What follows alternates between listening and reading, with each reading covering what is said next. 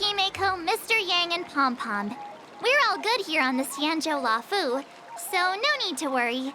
By the way, how's your trip going?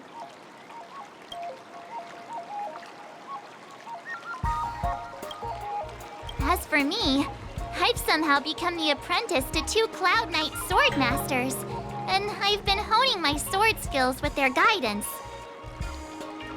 One of them is Yanqing, the boy we've all met before. The other is Yun Li, the granddaughter of General Hua Yan from the Xianzhou Juming. Both masters are super strict, giving me a real taste of how hard sword training can be. I tried to drag her into this, but she refused. Then I tried to rope Dan Heng in, but Master Yanqing wouldn't have it. Still, I didn't let the difficulty get to me.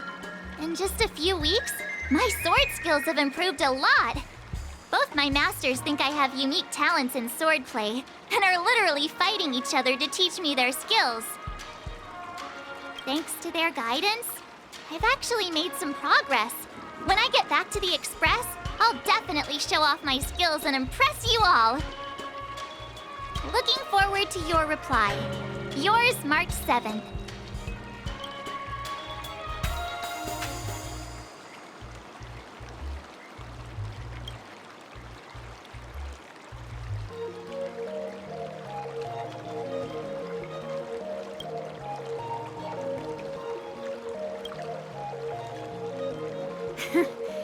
Well done! Let's call it a day.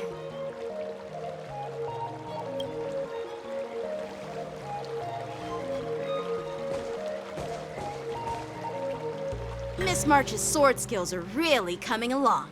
She'll hold her own just fine in the war dance.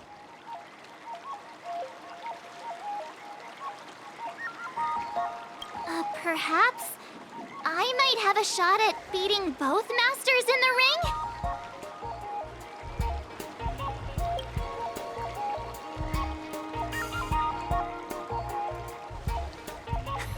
Get real.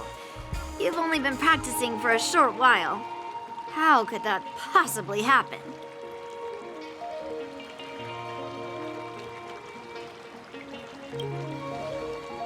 With your talent, Miss March, if you dedicate a few more decades to training, you might eventually be able to defeat Yun Li.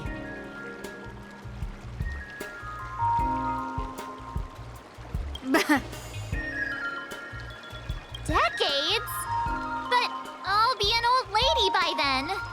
No, no.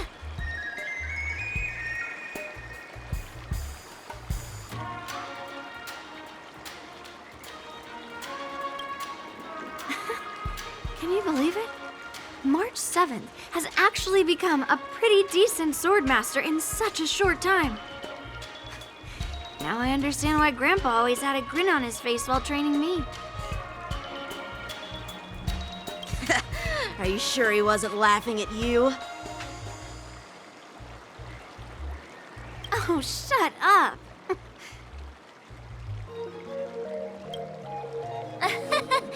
It's all thanks to your amazing guidance, masters.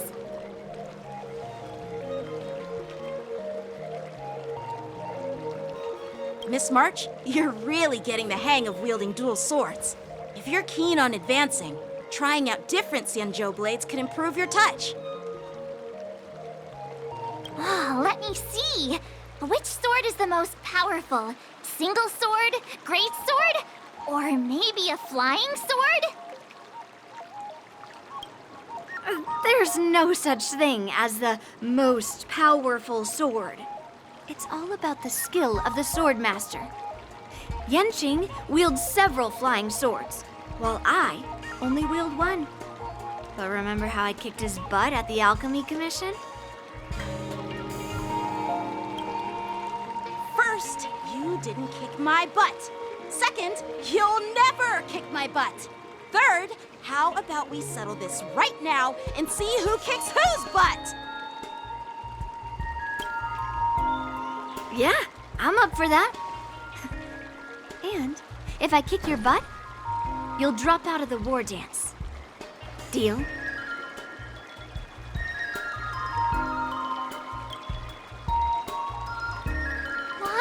two arguing again? I thought things had been improving between you lately.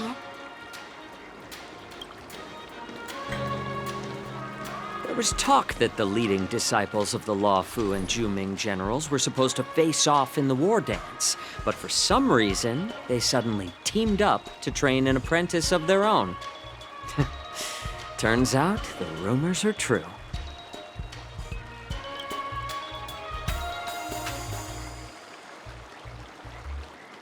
Tomorrow is the big day of the war dance.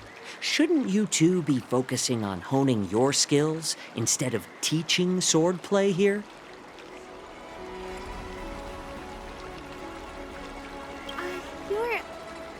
You're...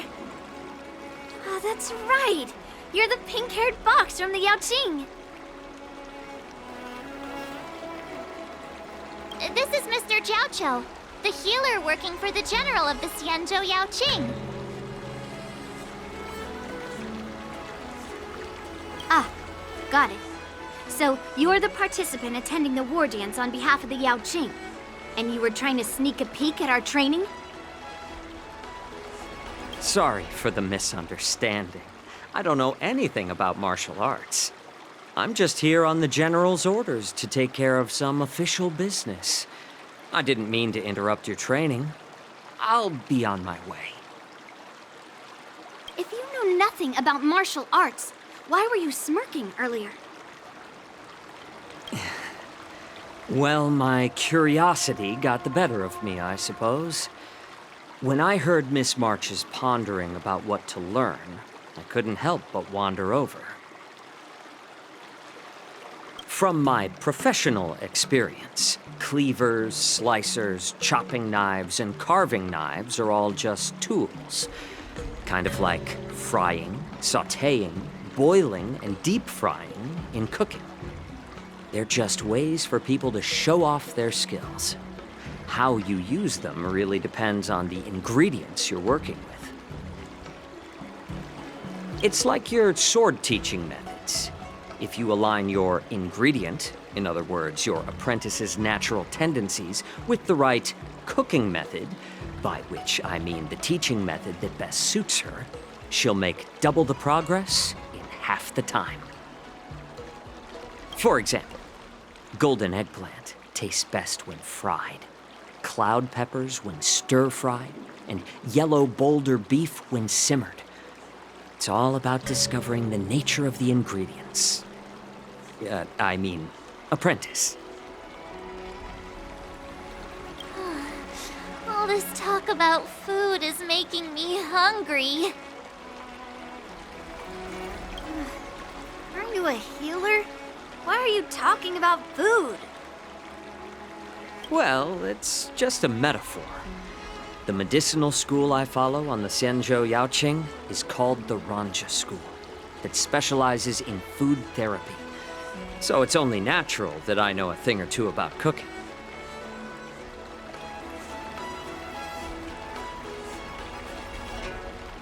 So, you're the general's cook? I'm a healer. But anyway, a cook who isn't interested in health doesn't make for a good advisor. Fine. Call me a cook if you want. Seeing the way you're looking at me, it's obvious you think I'm just some feeble academic who likes to blabber on about martial arts. But, in reality, I know a thing or two about killing. After all, the art of healing inherently encompasses both life and death.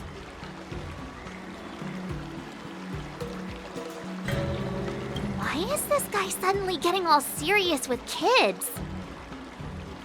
Do you recognize this bottle of medicine in my hand? No. This is called tumble dust, an extract from an exotic flower named Yabra. Ugh, is it poison? Well, it depends on how it's used. With just one drop, it's able to numb a patient's body during surgery, making them painless throughout the entire process. However, increase the dose or the potency, and it'll slow the metabolism, making the blood thin and resulting in the loss of all senses. Even long-life species cannot escape its effects. This thing can save lives or take them. It's more powerful than the swords in your hands. That may be so, but still, I prefer settling things with a sword than, you know. Huh. Looks like I did get you all wrong. You're not a feeble scholar, but a sinister and despicable one. Hey, why the insults all of a sudden?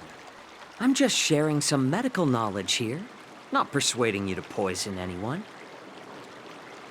Seems like you get real excited when talking about poison. I can't tell if that's an honorable thing or sinister. Picture this. 2 individuals. The one standing is full of malice. The other lying down is honorable and righteous. How can the one who's lying down label the one standing as sinister? In the throes of combat, where life and death hinge on a singular moment, every idea fades into nothingness. The only thing that matters is staying alive. Surviving the battlefield reshapes all notions of worth, be it integrity or treachery. In my eyes, their significance is negligible. Perhaps you've underestimated Yunli and me, Mr. Jiaoqiu. We may be young, but we've seen our fair share of war. Well, then you should know that the war dance is nothing more than a contest. So why are you so focused on it? When I was appointed as the ringmaster for the war dance, I asked the general, we Cloud Knights are supposed to charge into the fray and slay enemies. Why do we have to swing swords in a ring just to please an audience? And this is how the general replied. To unsheath your sword in a ring is no different than on the battlefield, as your sword reveals the might of all Cloud Knights. The war dance is the perfect chance to showcase martial virtue and forge alliances from all over the cosmos. When we unsheath the sword without drawing blood, we not only display our might, but also the martial virtue of the Cloud Knights. That's quite an insightful statement, Yanqing. Well, my apologies for being so short-sighted.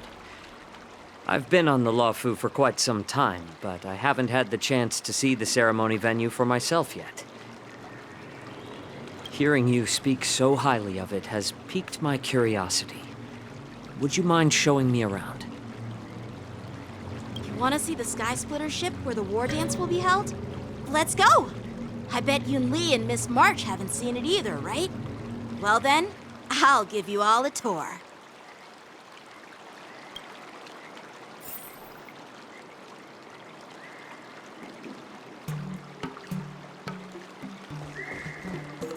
Surviving the battlefield reshapes all notions of worth, be it integrity or treachery. In my eyes, their significance is negligible.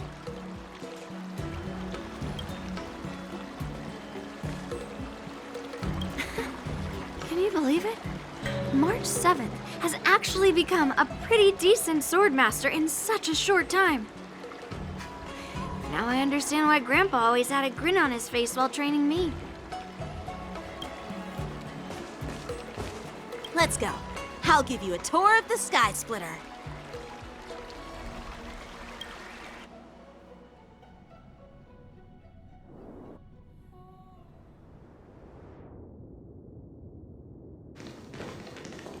Looks like a lot of other visitors have also come to catch a glimpse of the Sky Splitter.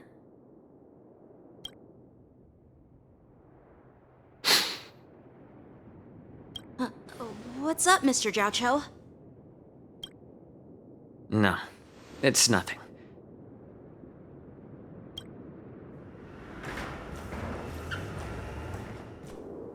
Do you see that airship in the distance? That's the Sky Splitter, the venue for the war dance ceremony. It doesn't look all that impressive from this distance.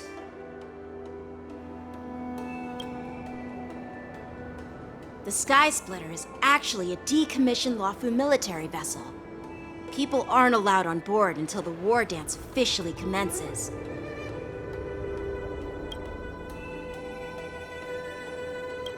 Tomorrow, when the bell rings and the ceremonial cannons roar, I'll be there representing the Cloud Knights of the Xianzhou Lawfu, standing in the ring, ready to take on challengers from all over the cosmos. Since I was a kid, I've been training in swordplay and the art of war under the general. Every day, I'd swing my sword 10,000 times, and then thrust it 10,000 times, repeating the process over and over. I understand that I'm not like other kids. I never envied the toys and freedom they all had. I never found sword practice boring or hard. Even in the thick of battle, facing down savage abominations, I never felt scared. Each day, I could feel myself getting stronger and stronger, and I racked up countless victories. It's the best feeling in the world. But then, I faced a really tough opponent, and just one slash shattered my confidence into 1,000 pieces. That's when I felt true fear for the first time. Maybe that's what Mr. Zhao Cho meant by life and death hinge on a singular moment. Every idea fades into nothingness. After that, I had to pick up the pieces and try to put myself back together. But no matter how hard I tried, I couldn't seem to find my old happy self again. I often ask myself, why do I wield my sword? If defeat is inevitable, why do I continue to fight? Is it to reclaim the joy of victory? To meet the general's expectations? Or to secure my honor among the Cloud Knights? While the general could teach me the art of swordplay, he couldn't teach me why I should keep on going. He said the reason must come from within myself. I've been struggling to find that reason. But after talking with you, Mr. Zhao Cho, I think I already have that reason in mind. As a member of the Cloud Knights and the General's apprentice, I've had a weight on my shoulders, and I know there's still more to shoulder. But when I wield my sword, it feels like I'm letting go of everything. I love the feeling of giving it my all, facing any obstacle in front of me, pressing forward. That's why I wield my sword. Oh, Yenqing. So young, yet so grown up.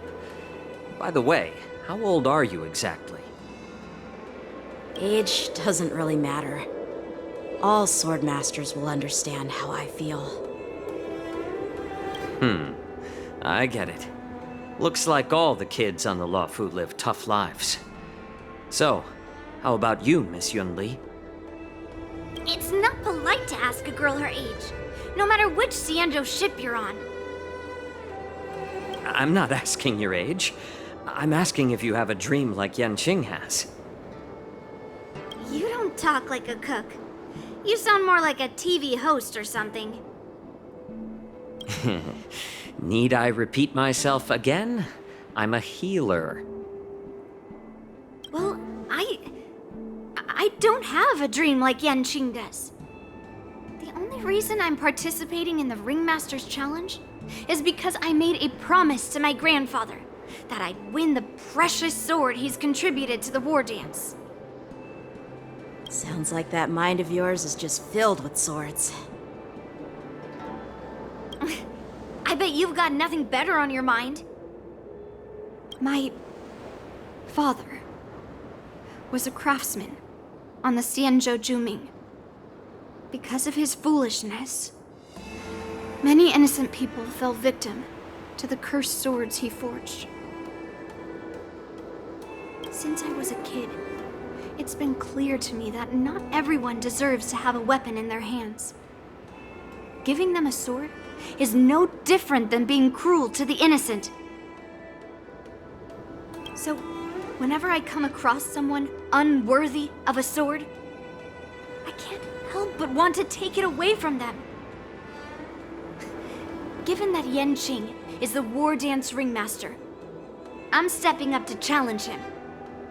To ensure the precious sword doesn't fall into the hands of an unworthy master.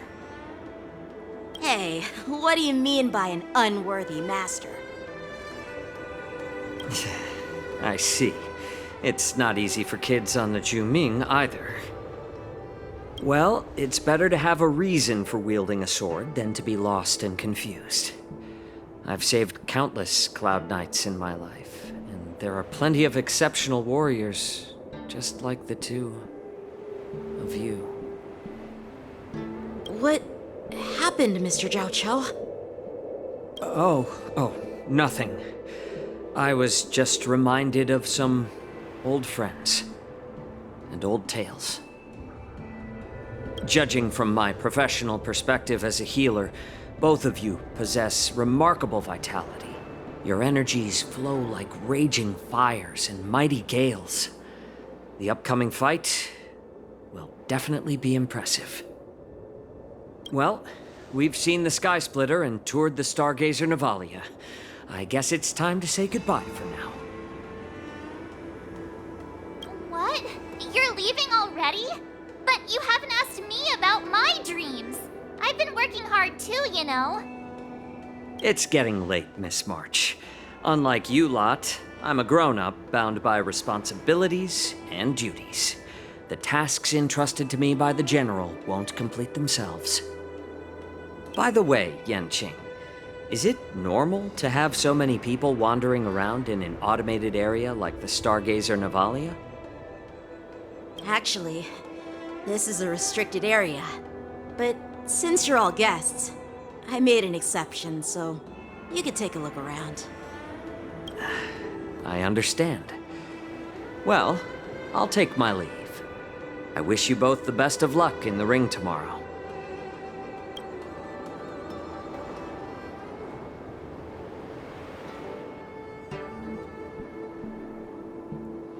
Seriously? I just spent so much time thinking about my dream, but he didn't even ask me. Now that we're done with our tour of the Sky Splitter, shall we continue with our training? Why don't we take a day off? What? You want to secretly practice swordplay by yourself? Dream on.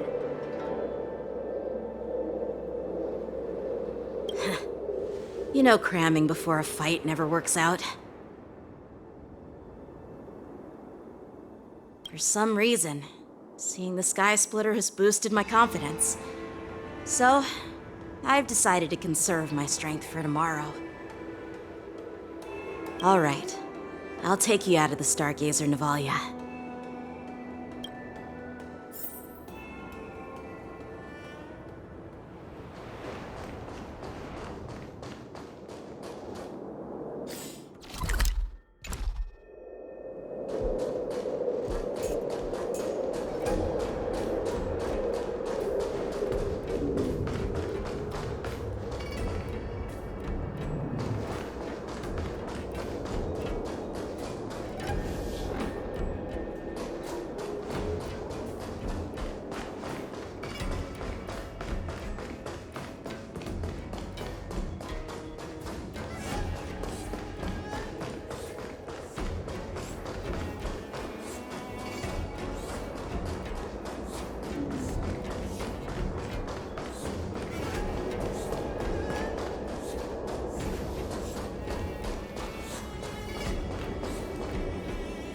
Just shut up, Red Fang. This is not a beast ship. I need some time to take care of things.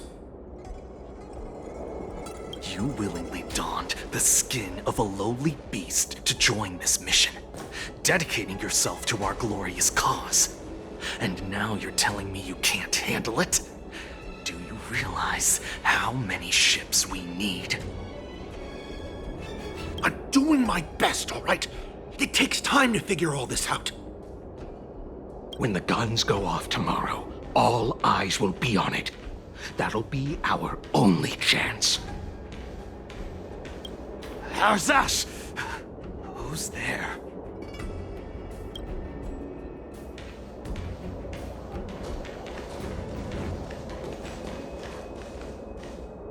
Who are you guys? An impromptu inspection. Why are there outsiders loitering in Stargazer Navalia? And a bunch of kids at that. Hey, kids, didn't your parents ever tell you to stay away from the Stargazer Navalia? I know it's an automated facility, but it doesn't mean you can just break in and do what you want.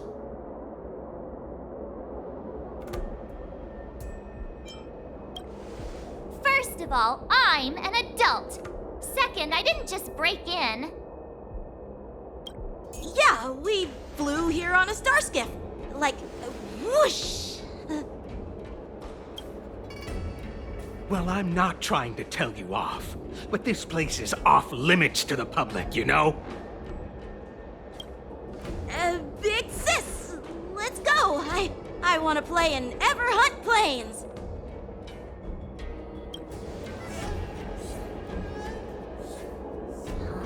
Everhunt Plains? Yeah, sure. The big sis will take you there.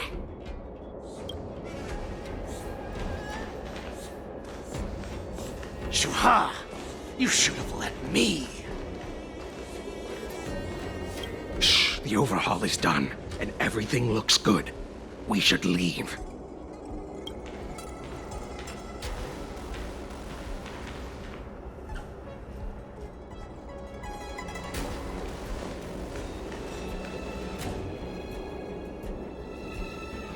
Could you repeat what you just said, Yenching? What did I say? Big sis, let's go. I want to play in Everhunt Planes. Come on. Can't you read the room? Something is definitely off about the 3 people we just met. Yeah, anyone could see that. I just wanted to hear you say it again. That pink-haired fox tried to say something. I'm pretty sure he sensed something fishy. Since he's not familiar with this place, he just dropped us a hint. But you didn't seem to be paying attention at all. I knew that from the beginning. That Cloud Knight didn't recognize Master Yenching at all.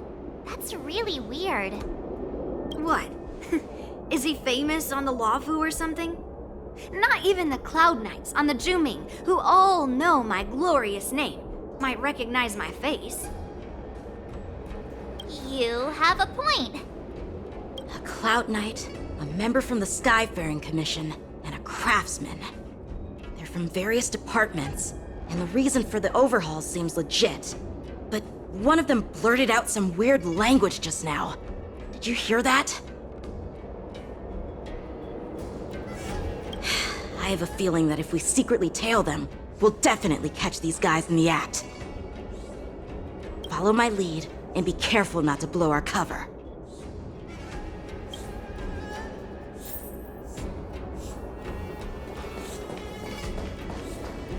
Never mind who they are. Let's just film them.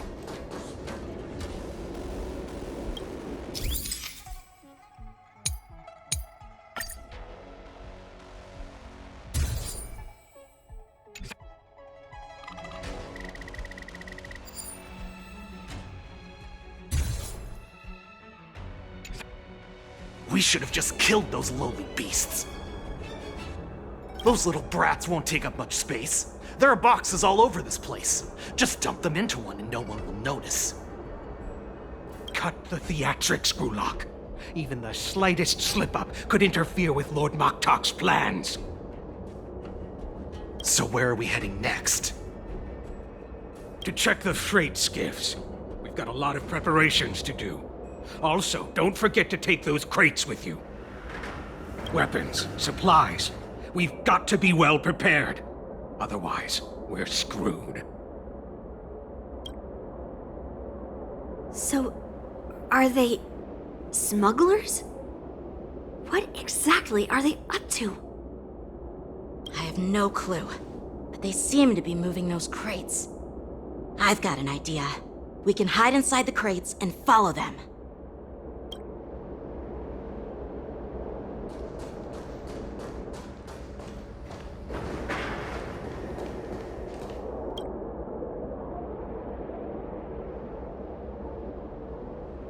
Ugh, so cramped in here. I can hardly breathe. Just hang in there.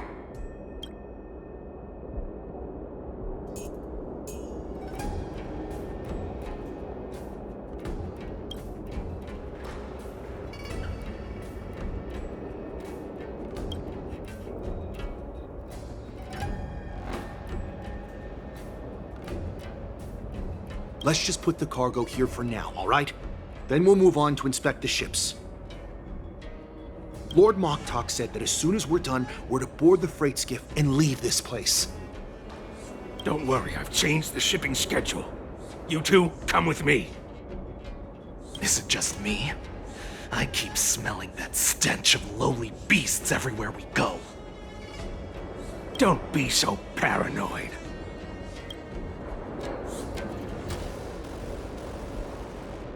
Looks like they're planning to escape on the skiffs in Stargazer Navalia. They keep talking about their plans, but where did they come from? And what do they want to do on the Xianzhou? They're definitely up to something bad. Wait, they disappeared. Let's catch up to them.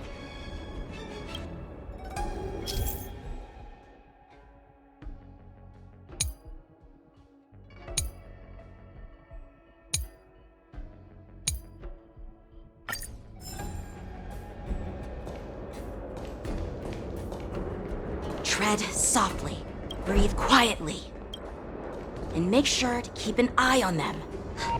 Did he spot us? Quickly, hide!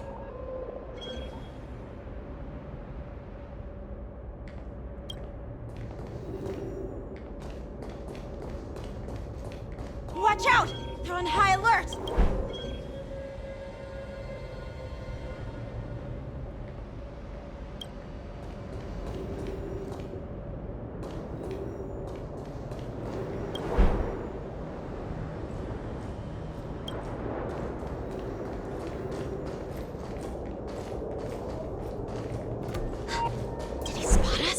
Quickly, hide!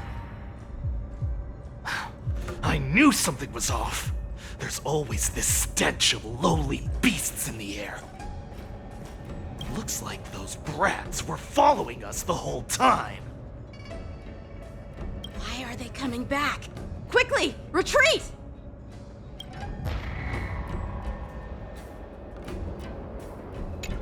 Looks like they're planning to They keep talking about their plans, but They're definitely up to something.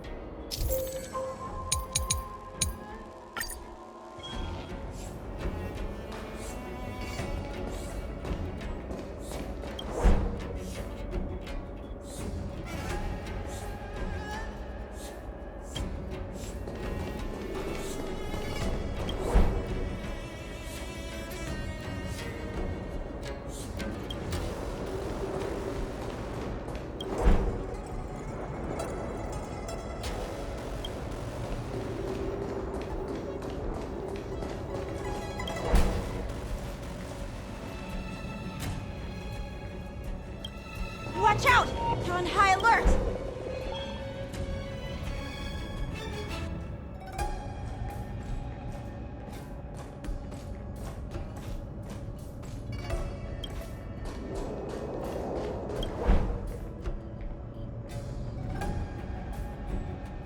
Don't be so paranoid. We're running out of time. Get over here!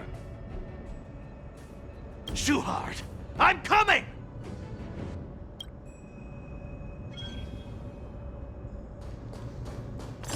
They're leaving. We should catch up to them. Quickly! Watch out! They're on high alert!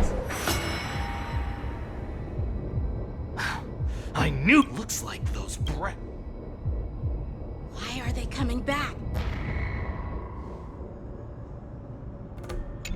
Don't be so paranoid. We're running out of time. Get over here! Shuhard, I'm coming!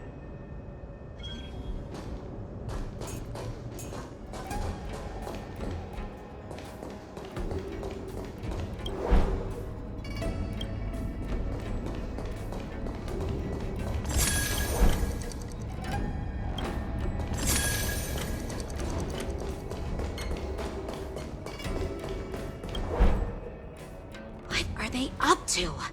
They're all wearing official uniforms, but I'm pretty sure they're not members of the Skyfaring Commission, the Artisanship Commission, or the Cloud Knights. This is way too suspicious. Never mind who they are. Let's just film them. That way, if they do anything bad, we'll have solid evidence against them.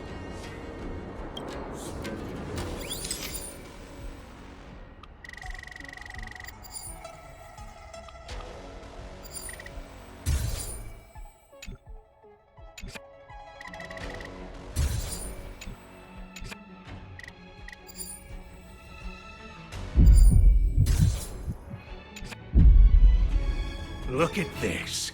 A freight star skiff with enough room to fit at least 20 of my men. I'll let the others know and have them prepare more star skiffs.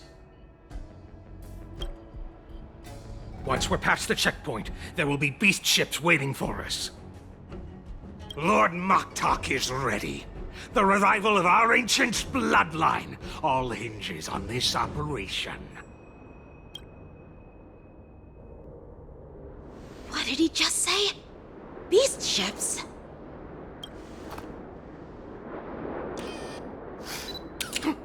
Who's there? It's those brats! I told you to get rid of them, but you didn't listen, you idiot! Wipe them all out!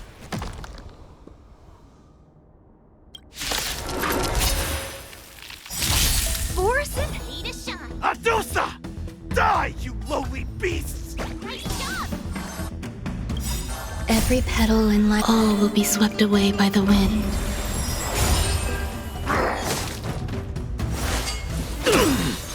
Savor it for me. Existence is unity. Your end approaches.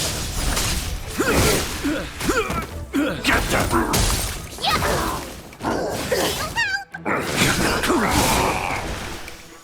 Failed to send you. Give me strength.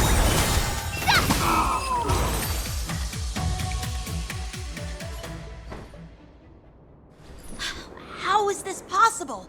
How did these Boxians change their appearances like that? They're not Foxians at all. They revealed their true form. They're Borison, just like the bandits I defeated on the IPC ship. Wait, that means...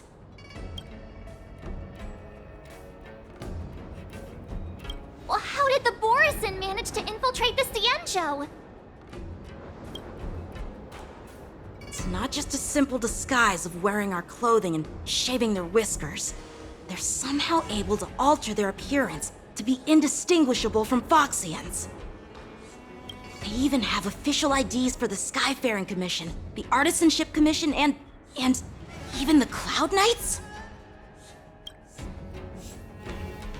Let me check this fake Cloud Knight's tag.